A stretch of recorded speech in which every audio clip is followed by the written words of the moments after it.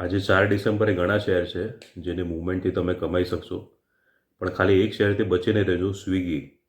હવે તાજેતરમાં જે લિસ્ટ થયેલી એનો ભાવ બી છે તે ઝોમેટો કરતાં વધારે હતો, તો બી બધા રિપોર્ટ આવેલા કે નહીં નહીં એનું તો વેલ્યુએશન સારું છે, આમ છે તેમ છે, એટલે એનું લિસ્ટિંગ પણ છે તે પ્રીમિયમે થયું હતું. એ પછી બી શેર ભાવ થોડો બહુ ભાગેલો. પણ ગઈકાલે એના ક્વાર્ટર રિઝલ્ટ આવ્યા.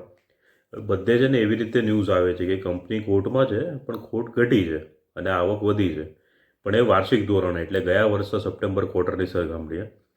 હવે આ વર્ષનું જે જૂન ક્વાર્ટર છે એની સરખામણીએ કંપનીની ખોટ વધી છે અને સામે રેવન્યુ ઘટી છે. એટલે હવે જે બે શેર છે આ સેગમેન્ટના, ઝોમેટો અને સ્વિગી, એમાંથી કયો શેર લો એ તમે વિચારી જુઓ, કારણ કે આ એંગલ કોઈ જોઈ નથી રહ્યું કે ભાઈ ખોટ એમને વધી ગઈ છે, ઘટી નથી, વધી છે. કારણ કે આપણે વધારે પ્રેફરન્સ આપણે જૂન ક્વાર્ટરને જ આપીએ કે ભાઈ હમણાં લાસ્ટ ટાઈમ શું પ્રોફિટ કે લોસ થયું, એની સામે શું થયું. ગયા વર્ષનું સરખો ટાઈમ જે હતો એ તો બહુ લાંબુ થઈ ગયું. એટલે સ્વિગીના શેરથી બચીને રહેજો. કદાચ હવે બધા બ્રોકરેજ હાઉસના પણ રિપોર્ટ આવશે, એ પછી વધારે આઈડિયા આવશે શું છે હશે શું નહીં. અને કંપની હજી લોસમાં જ છે, એટલે કોઈ કાંઈ બી વેલ્યુએશન કે કાંઈ બી કે, પણ હવે જે વસ્તુ ખોટમાં હોય એની શું વેલ્યુ કરશો તમે.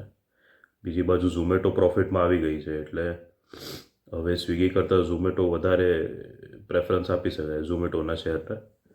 બીજું જે શેરમાં વધી શકે એ છે ઇન્ડિયન એનર્જી એક્સચેન્જ.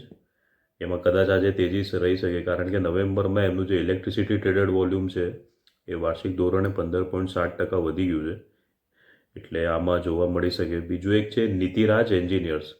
આ પ્રી માર્કેટમાં કદાચ ગ્રીન ઝોનમાં આવી જાય, કારણ કે ગવર્મેન્ટ ઓફ ઇન્ડિયાની directorate general of civil aviation છે એમણે છે તે company drone remote pilot training organisation તરીકે ઓથોરાઇઝ કરી નાખી છે.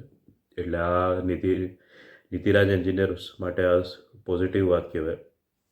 એક શેર પર ધ્યાન રાખજો, વન્ડરલા હોલિડેઝ. ગઈકાલથી એમનું ક્યુઆઈપી ખુલ્લું છે, એટલે પ્રી માર્કેટમાં જોજો કેવું એમને આ રિસ્પોન્સ મળે છે, એ પ્રમાણે પછી આગળ વધજો. અદાણી એનર્જી સોલ્યુશન્સમાં આજે તેજી જોવા મળી શકે, કારણ કે રાજસ્થાનમાં એક પાવર ટ્રાન્સમિશન પ્રોજેક્ટ હતો, એમાં એ પ્રેફર્ડ બીડર બની છે. હવે આ પ્રોજેક્ટનું મૂલ્ય 25,000 કરોડ છે.